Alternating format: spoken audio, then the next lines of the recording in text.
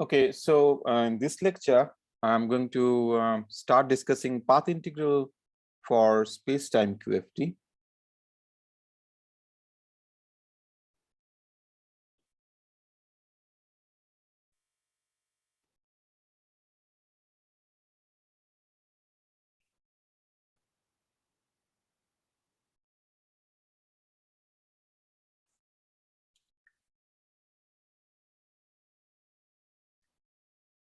So recall the problem that we discussed was the following. So we considered self-interacting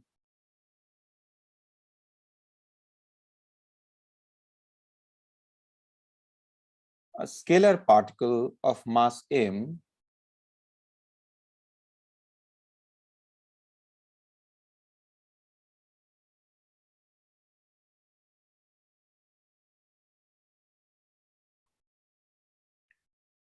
and certain couplings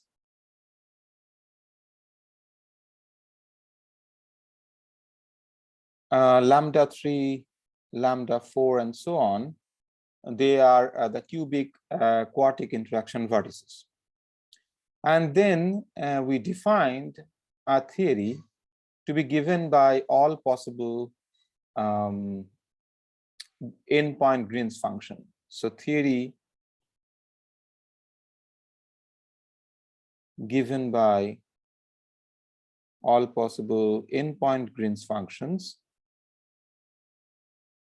where n goes from 0, 1, 2, etc.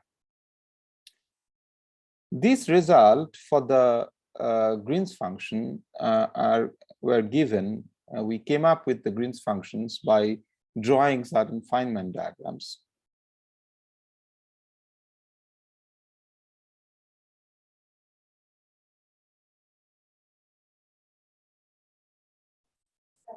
Yes. And this Feynman diagrams, associated to the Feynman diagrams, there is a bunch of Feynman rules also, which enables you to write down the mathematical expressions for them. So applying Feynman rules, one arrives at certain mathematical expressions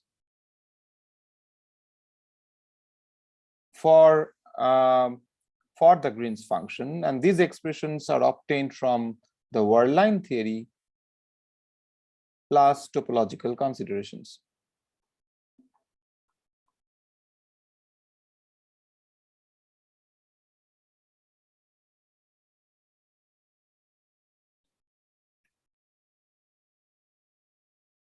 This is how far we had done. Now, next, what we aim to do is to show that the same results can be obtained systematically from path integral for space-time QFT, where the space-time QFT is given by the Klein-Gordon action and certain free Klein-Gordon action plus certain interactions.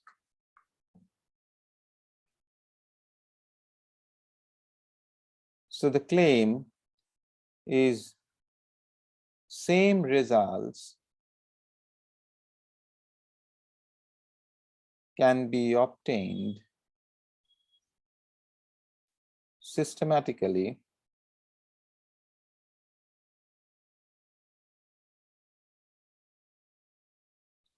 from path integral for space-time QFT.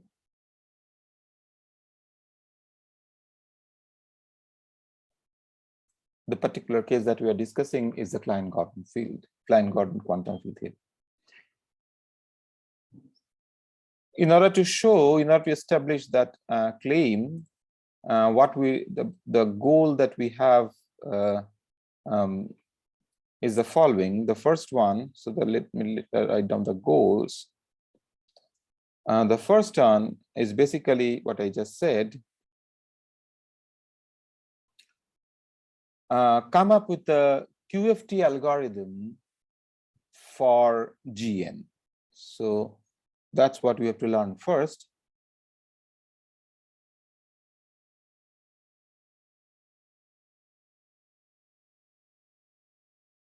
GN as math expressions.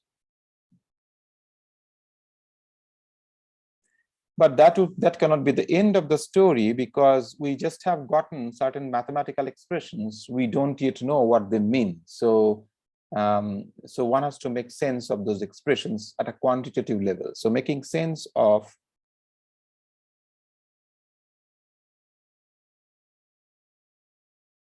GN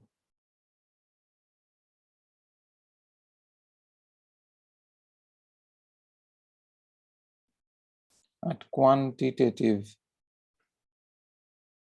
level, and this will bring us to the discussion of renormalization. And the entire discussion that will be starting from involving these and the what we learn of what is the usefulness, what is the meaning of quantum field theory in space-time is called the renormalization program. It's a content of the renormalization program. That's our current understanding about the quantum field theories. Yeah, so let me now begin with the first one. It's QFT algorithm.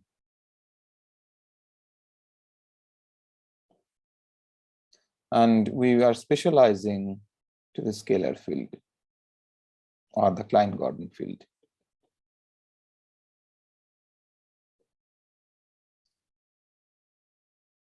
Now, recall the path integral. So we have studied how to deal with path integral in non-relativistic quantum mechanics. That's the most complete description that we have discussed so far. In the relativistic context, we have considered the relativistic particle, free particle, but we haven't developed that in full length because we haven't developed the Schrodinger operator matrix element side. We have just generalized the path integral of non-relativistic quantum mechanics to the relativistic one, and then showed that that equates with certain quantities in space-time QFT, which is not the Schrodinger version of the same path integral as I have discussed earlier. So if I have to, it is fair to say that the complete version of path integral statement that we have studied so far is in the context of non-relativistic quantum mechanics. So let us begin with that. So recall path integral in non-relativistic quantum mechanics.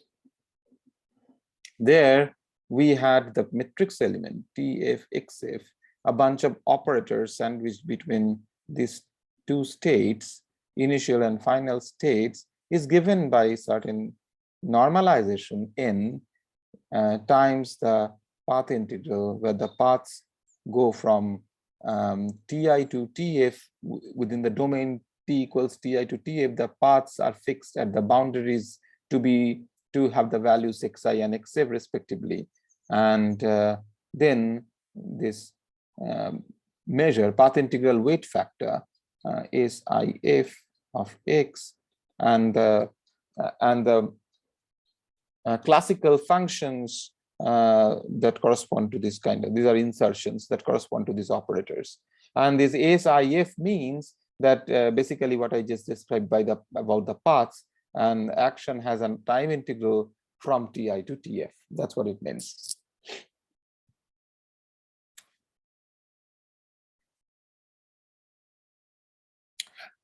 So, and n is a suitably chosen normalization. What I mean by that is that you need to be giving some logical argument how to choose this overall constant. For example, we did this path integral calculations for the harmonic oscillator, and this overall n for the harmonic oscillator can be related to the same for free particle, in which case we can do this calculation exactly. For a harmonic oscillator also we could do that, but what we have done is that to demonstrate the fact that if we know if you can do this calculation exactly for one theory, and then there are infinite number of other theories which are continuously connected to that theory, then I have to basically calculate n for the theory for which I can calculate this left hand side exactly, and then the same result must hold for all these other theories which are connected to this zeroth order theory by continuous deformation. Harmonic oscillator, the frequency is a deformation of that sort over the free particle. So for free particle, we calculated these and found what n is. So that's a consistency condition that one should impose, that whatever the path integral is, the n should be chosen to match with the Schrodinger description, and that's what one does. And so this is the Schrodinger matrix element which associated to. So this is a Schrodinger matrix element that is basically characterized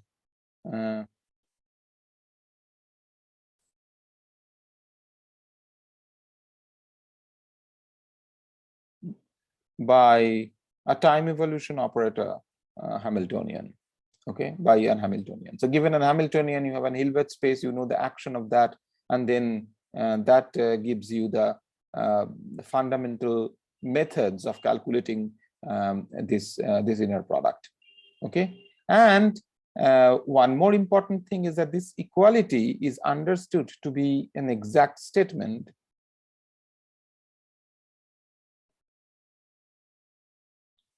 for a certain kind of systems where Hamiltonian, the classical Hamiltonian function is given by p square over twice m plus a potential ux. L is half m x dot square minus ux, and s is equal to integral dt of L. And so this, given this classical function, you see, one has to be a little bit careful about the terminology. When I say classical function, it doesn't mean classical limit in a physics sense. Classical limit is always given by h bar going to 0, but action is a function. It's a classical function, as opposed to not being an operator on an Hilbert space. This h hat is an operator, and this h is a classical function. There is an h hat corresponding to this h, okay, just lifting this classical function into operators. But then the mathematical properties of these two objects are totally different. These are classical functions with which we could do a differentiation, integration, etc. And this is an operator which acts on the Hilbert space states. So it is in that sense I'm using the terminology classical functions, not in the sense of taking a classical limit. So given if the theory is characterized by the Hamiltonian operator which corresponds to this classical Hamiltonian function, then there is a corresponding Lagrangian which is obtained by Legendre transformation, and then there is a corresponding action which is obtained by integrating the Lagrangian over time. That action appears here in the path integral. See, so on one hand, this defines the Schrodinger calculation. So this basically defines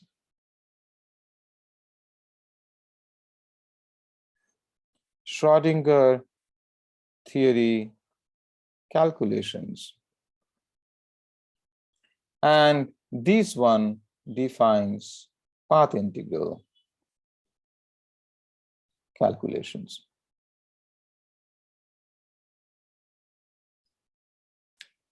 Right?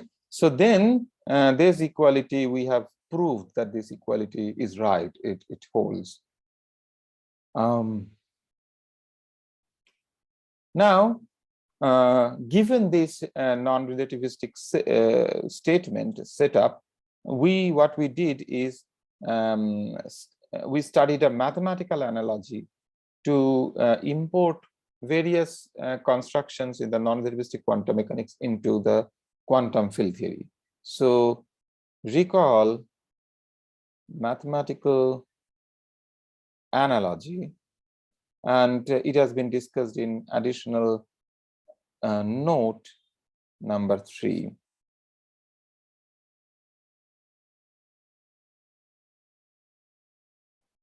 And according to this mathematical analogy, this x corresponds to phi tilde of p vector, the variable, the classical variable x, which appears in the classical mechanical problem. Yeah. But then in quantum mechanics, this is lifted to an operator like h hat. You lift x to an operator x hat, and x becomes the eigenvalue of x hat. And so it is important to identify the classical variables first and then lift them to operators. That's how the prescription goes. So this classical variable in non-relativistic quantum mechanics, x, is analogous to a field phi tilde of p vector. So this p vector is a three-dimensional vector, and it's a scalar function of p vector. So this is the analogy, and then the state t comma x, which appears in the path integral statement, is analogous to, of course, the state like this. Now, so this is the this defines in some sense the Hilbert space. This defines in some sense the Hilbert space in the non-relativistic quantum mechanics. This defines the Hilbert space in the relativistic quantum field theory or Klein-Gordon theory. So the Hilbert space is very different from non-relativistic quantum mechanics, but the general procedure of constructing a quantum mechanical theory should be same, and that's what we followed using this mathematical analogy, which enables us to develop the Schrodinger version of the quantum field theory. And that Schrodinger version of the quantum field theory is useful in understanding various definitions, etc., that one pursues in the context of QFT. So now the next point to explain, that one has to explain, understand, is that this state is a functional of this, because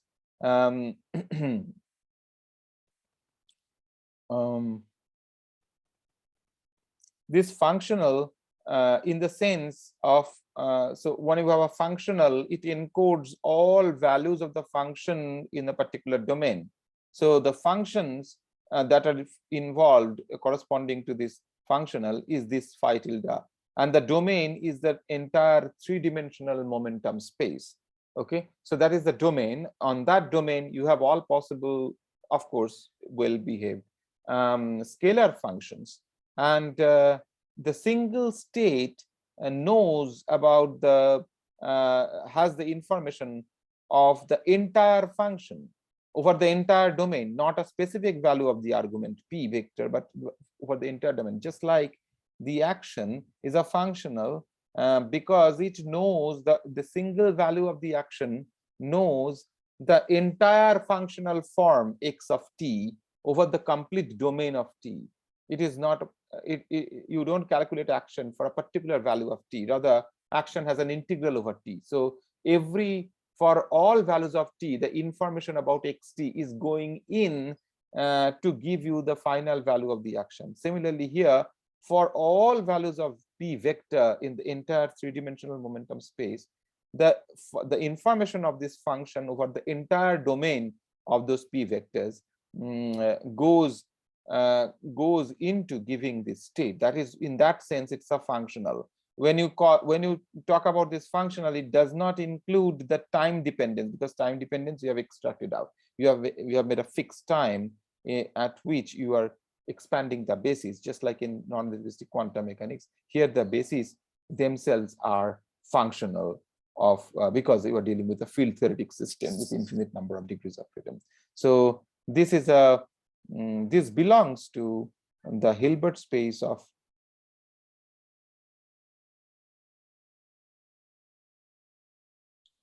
QFT, and it's a state, it's a functional, the state, it's a state that is a functional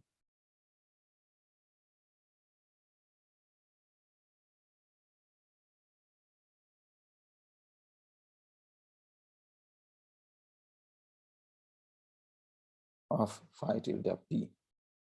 Okay, and then the eigenvalue equation, which corresponds to, which is basically in the non-relativistic context, is given by this,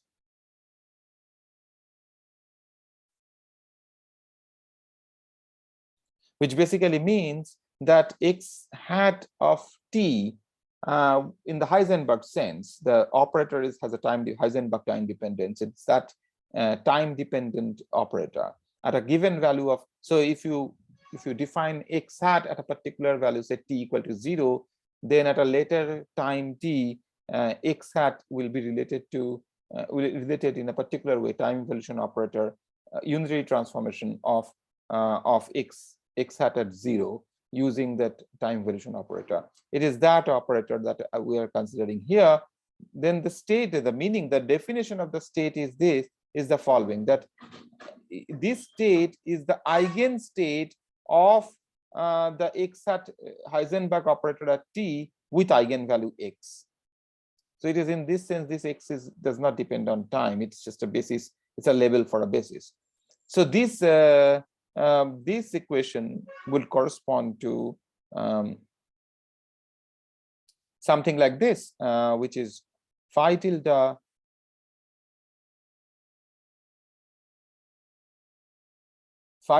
operator t comma p vector acting on t phi tilde functional is equal to phi tilde p vector t comma phi tilde. So, so what I'm doing here is just like in non-relativistic quantum mechanics, for every real number, for the real number x, you have a corresponding operator. In quantum field theory, you have a real function phi tilde of p, and corresponding to that, there is a Heisenberg operator phi tilde of t comma p. So, so without the t part, phi tilde of p is analogous to this x, and then this t dependence goes in because considering a Heisenberg operator. So the definition of this, just exactly analogous to the non-relativistic system, the definition of this state is that it is an eigenstate of that Heisenberg operator with an eigenvalue phi tilde of p, just like analogous to, we are just following the same analogy, which is basically the content of this additional note 3. So I'm just recalling that it has been discussed in detail in that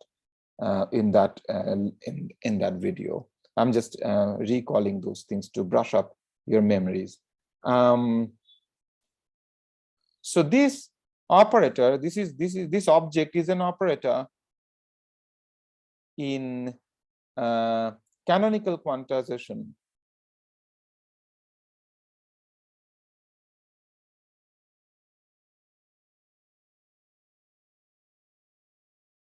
In canonical quantization of QFT, and correspondingly one has a C number field, just like in here, corresponding to this Heisenberg operator, you had a path x of t over which you did the path integral. That is the series of connection that I'm using to construct the statement in quantum field theory. So corresponding to in the field theory context also, correspondingly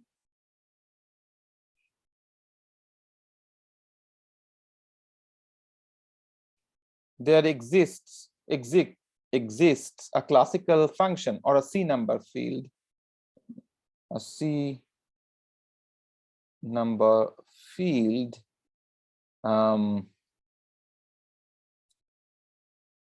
phi tilde t comma p, which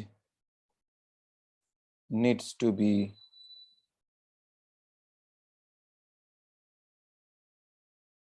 path integrated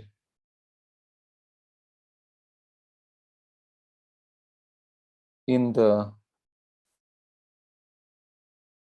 would be path integral description